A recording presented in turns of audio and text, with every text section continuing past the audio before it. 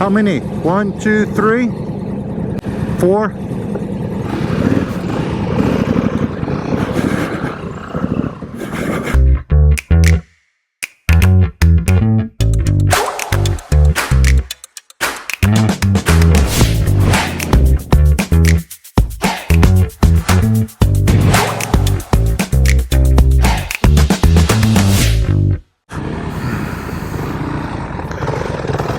I'm just checking everyone's skill level. I was move up a little bit. Move up. What's your skill level? Good? Good? All right.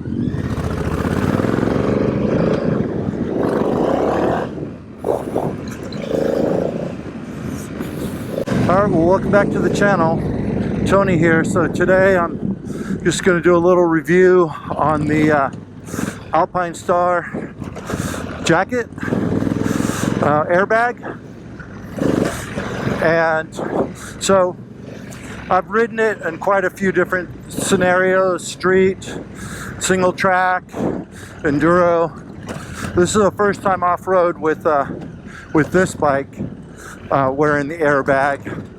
So we'll just have to see how that goes. I've had one deployment, and that was on the 300, and that really did save me. So yes, you do have the initial cost of $1,000 for the unit. You still can't get canisters like at Redzilla, Cycle Gear, anywhere. Track bike, all those places you can't get them. But so a week before my Colorado trip, I emailed Alpinestars directly and told them, hey, look, you know, I can't get these things and I need them. I'm going on a trip. And they said, well, we'll send them to you direct. Even though the stores don't have them, they have them. They can send it to you direct. So, you know, so I gave them my information and paid, did all that stuff, and probably about 2 days before my trip, they came in the mail. And they're $100 a piece, so I got 2 of them. So each time you get a deployment, just consider that being $100. Is it worth it? Absolutely. Absolutely. Just taking it easy today because this is the first time we're riding off-road in a long time on this bike. Even with how graded it is, it's still loose and slippery, so you want to take care. Don't let your guard down. So back to the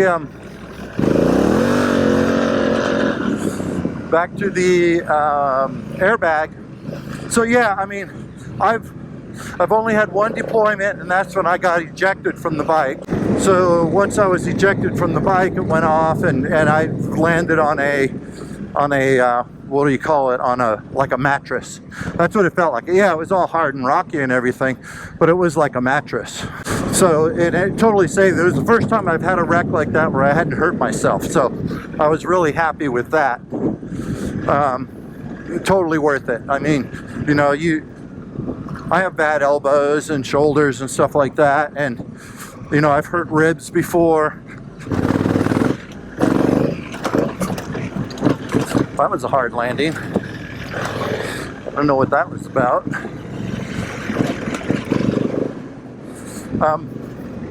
So I've had, you know, quite a few injuries almost every time, whether it's just hitting my elbow, which again the airbag's not going to, but I double up on the elbow pad, so I have elbow pad leads underneath the elbow pad on here, and the elbow pad on here is a lot really good protection, I would say.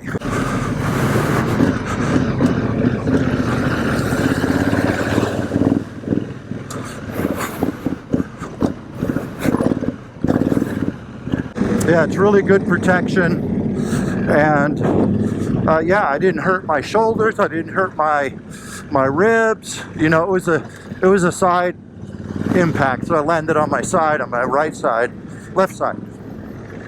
So that usually leads to injury, you know, ribs, shoulder, all that fun stuff.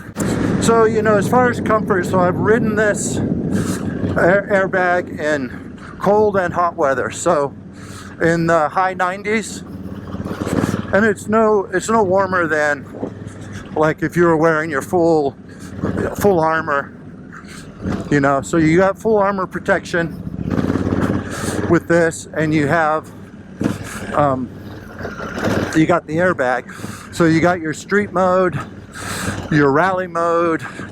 Well, let's start from the top. So you got your enduro, rally, and street. So street's going to be the most sensitive, so you don't want to be on street, which I am right now. So I'm going to stop here and take it off street, just because I wasn't paying attention. So we'll stop here in the shade. So it's like right now it was like 78 degrees when we started. It's supposed to get up to the 90s. Right now I'm cool. So I'm not hot, I'm not cold. You know, I've ridden it on street for long trips, so I will say if you're on the bike for 8 hours straight plus, the weight fatigue is similar to a heavy backpack. So if you're wearing a backpack with hydration and all that, but it's less on your shoulders, so it's more forgiving on your shoulders. But like, you know, if you're doing a BDR and you're taking breaks and stuff, the vest is pretty easy to just open up. It gets a little more difficult if you have like a jersey over it, because then you got to pull the jersey. But I've ridden it both with the jacket, jersey, and just like this. So for this kind of riding, I'm wearing it like this. I have worn it like this on street. So overall, I mean, I think the protection versus is always going to be a balance. It's like, how are you dressing? Are you dressing for the ride? Are you dressing for the slide? How are you dressing? How's everyone doing? Good? Good. It's a little loose out there. Good. I just taken a leak. But you got good tires. Yeah. You got good tires. Your front's a little, all right, sip of water. So yeah, I mean, you know, like for example, so putting it on is fairly easy. Depends on whether you have a full camelback on, you know, full bladder in the back there, but I'm going to switch to a tank bladder, so I'm not carrying it. Right now I have just probably a liter and a half in there, and it's really not that bad, but it would really make a difference to have nothing in there. Then it would be, you know, much lighter, and the fatigue factor would be less.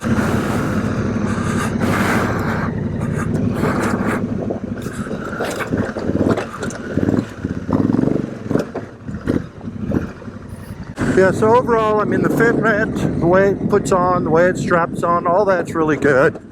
I'm wearing I'm going to say an XL. I think that's the largest size that was available. I think they go XL, large, and then medium.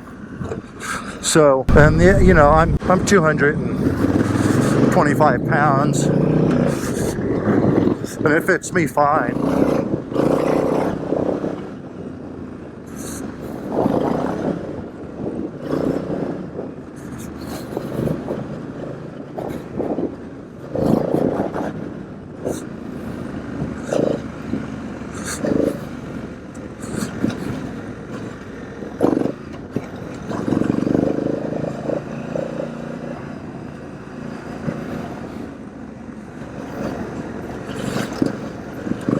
I wore, so when I was in New Mexico, we were doing only street.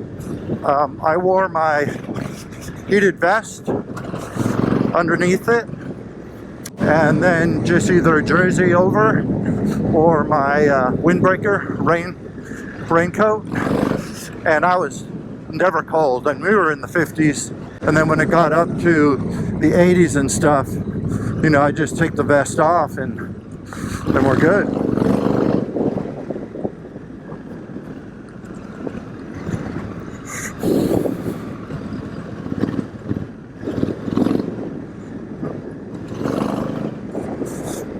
I do think that, you know, with just the airbag without using the hydration, it's as light, if not lighter, than all your gear put together. When you're like gearing up for off-road and you're wearing a full all plastics heavy duty, everything that you can. I think it's very versatile. So you got your rally, you got your street. So if I'm going on a, you know, if I'm just going down the street and I'm not getting on the highways and stuff, I'm not really putting it on and stuff, just going to the store.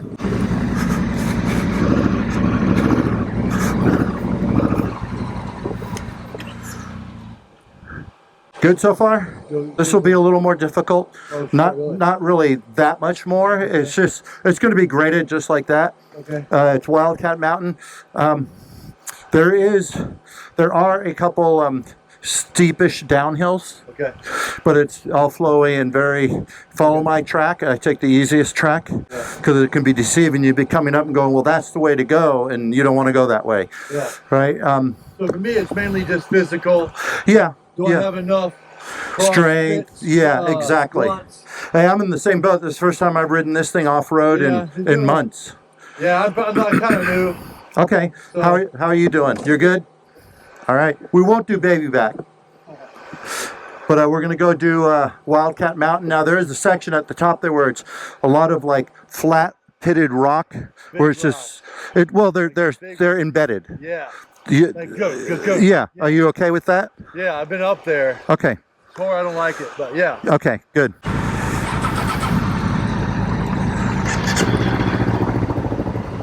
Yeah, I'm just trying to take it easy. Yeah, well, you ride faster easy than I do. I'll grab all it up there. I'll be fine. That's... I warned you. What? I warned you. Our easy is slow. Yeah. It's not too hot. Only when you stop. Yeah. Yeah, it's not bad. This is good. Yeah. And I'm just working off the, if you can't see the guy behind you in the mirror, slow down. Well, that way someone falls and stuff, we're not leaving them behind and stuff.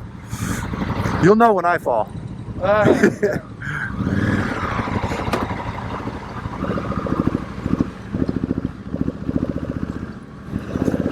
So I definitely think that it's worth it if you don't want to get hurt.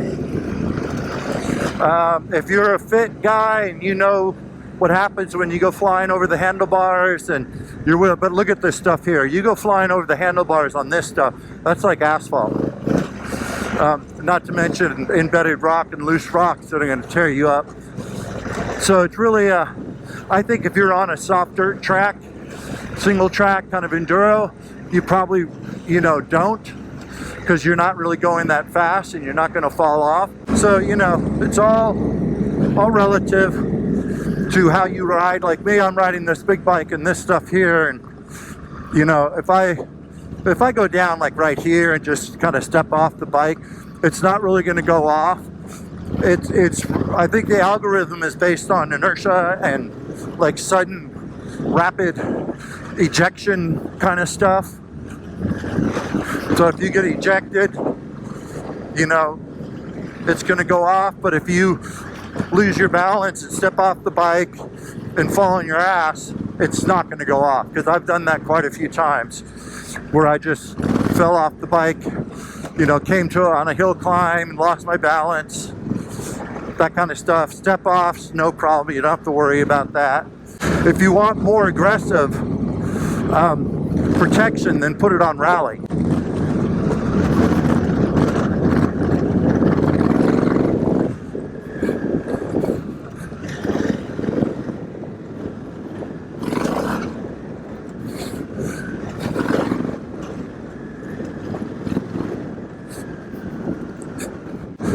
Yeah, they made this like a dirt track, a hard dirt track. It's all hard pack.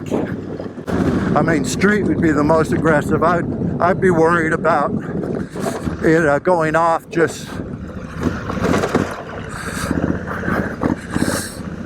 just moving around a lot, getting jolted. But so far, in the enduro mode, it did its thing. It took care of me. Did what it was supposed to. They totally tamed that run. Didn't they? That run used to be a lot of fun. That one shelf that was at the top there, that was like my funnest part of the day, was going up Wildcat and tackling that shelf. Everybody feeling good? All right, so we're going to pretty much go back the same way. Instead of going back down, we're going to go straight up. But the only thing I wish that they would do on this for an improvement is they have a little ring on the, I guess the collar, the back collar, and that ring is you know, you hold on to that and lift it up over your shoulder.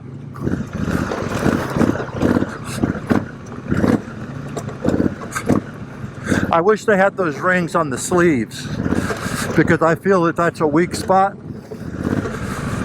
You know, because you got to pull your sleeves, pull the padding through and all that. And I feel that's a weak spot. That would be nice. That way you can just grab onto that with your thumb or whatever and pull it on, and then take it off your thumb.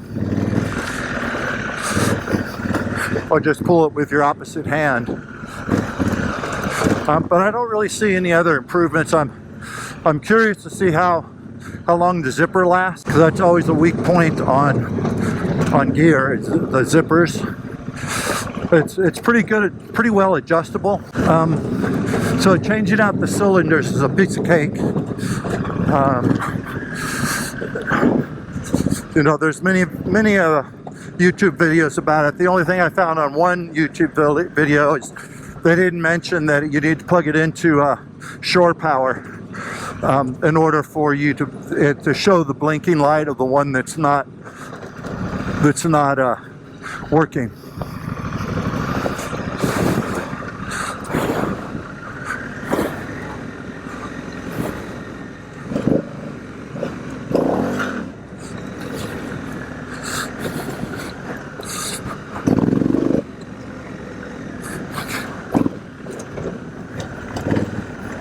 But yeah, changing it out is fairly simple. You can do it in the field. Now they do say, just as a disclaimer, and I even talked to the guy at Alpinestars, and it's like that's kind of loosely that after 4 deployments you send it in and they put a new bag in, and you just think about it. So how much use can that bag take? You know, before it starts getting weak. So every deployment is probably going to weaken the bag. So I would say maybe 6. I mean, you see the Dakar racers, they're not, you know, they may have 2 airbags. You never know the situation. They may have 2 airbags and they can swap them out, but they carry like 4 or 5 canisters with them. So they may have like maybe 3 or whatever deployments while they're out on a section for that day, and they make it through the Dakar. I'm sure they're not going through 10 airbags to get through the Dakar. So I do think it is durable. It's been proven. I do think that we'll just have to see, and it's really your comfort. So if you're comfortable with going past 6 deployments and not sending it, it's like $300. So you send it in, you should get it back within a week. You send it directly to Alpinestars. Don't go through your vendor. That'll just add more time to it. Just deal with Alpinestars when it comes to this bag for new cartridges and stuff like that. Wow, they graded this thing flat. It used to go right over there. That used to be the track right there. We're just gonna see where this one goes. I haven't taken this one in a while, but it looks like they graded it, so woohoo. Can't be that bad. Yeah, those are some big jumps right there. I wouldn't take them on this. I'd probably break the bike. Just enough to loft the front end. Like that. That's about it. I'd have to really stiffen up my suspension.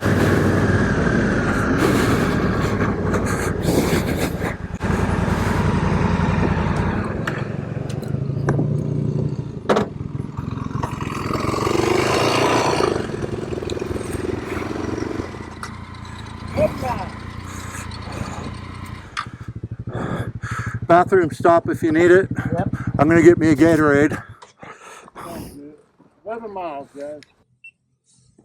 How was that? Sounds great. They really tamed that route. They've tamed. So this place is now really truly a good adventure bike place. If you're a beginner on it, Yeah. you know, there's still some harder tracks and stuff which we didn't take. That's why I cut those short when we were coming to. So that downhill that we came down, they graded that thing flat. Yeah. That thing used to be like you had to be on your game. It was like go this way, go that way. So all the way to the right was the way you came down it. So many directions. So I'm kind of like I don't know what to expect when I come around a turn and I'm like avoiding the hard shit, but it's probably graded. Oh, you're right. That's a good It little. didn't seem like 11 miles. This is a good little warm up. They have bathrooms in here. What's that? Yeah. Is that a power converter you got there? Where? That's the only thing. No, that's my so if I want to keep everything charging, that's what that's for.